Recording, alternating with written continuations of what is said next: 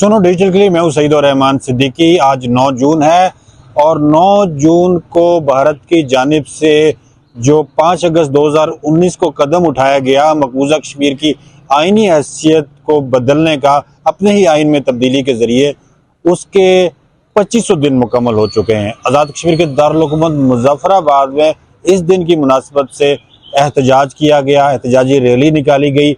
आइए आपको इस एहतजाजी रैली का अहवाल दिखाते हैं।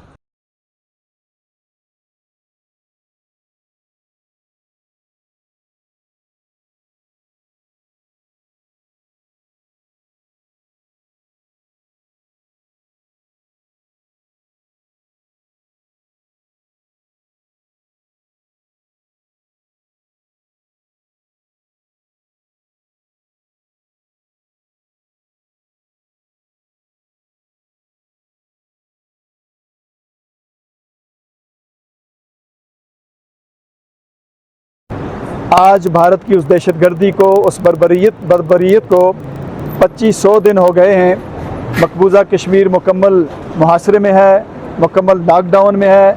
वहाँ पे 10 लाख भारतीय फ़ौजी घर घर, गली गली, नुक्कुर नुक्कुर, शहर शहर पैरों पे बैठे हैं और इस तरह से वहाँ पे काले क़वानीन का नफाज करके लोगों के आज़ादी इजहार राय को मुकम्मल तौर पे छीन लिया गया है। आज मकबूजा कश्मीर में जो फ़ौजी मुहासरे के 2500 दिन हुए हैं, पासमान हुर्रियत जम्मू व कश्मीर हर 100 दिन के बाद एहतजाज करके भारतीय जुल्म के ख़िलाफ़, उसकी बर्बरियत के ख़िलाफ़, दहशत गर्दी के ख़िलाफ़, भारत के साम्राज्य कब्ज़े के ख़िलाफ़ दरअसल दुनिया की तवज्जो मकबूजा जम्मू व कश्मीर की तरफ मबजूल करवाने की कोशिश करती है। आज का ये मुजाहरा भी इस बात के लिए दुनिया से अपील करता है कि इस वक्त भी हज़ारों कश्मीरी कैदी हिंदुस्तान की जेलों में हैं, जिनमें ख़वातीन हैं, बच्चे हैं, बुज़ुर्ग हैं, आज़ादी पसंद रहनुमा और कारकुनान हैं। दुनिया से इस बात का मुतालबा करते हैं कि दुनिया 5 अगस्त 2019 के भारतीय हुकूमत के उन तमाम गैर कानूनी इक़दामात को कलअदम करार दे।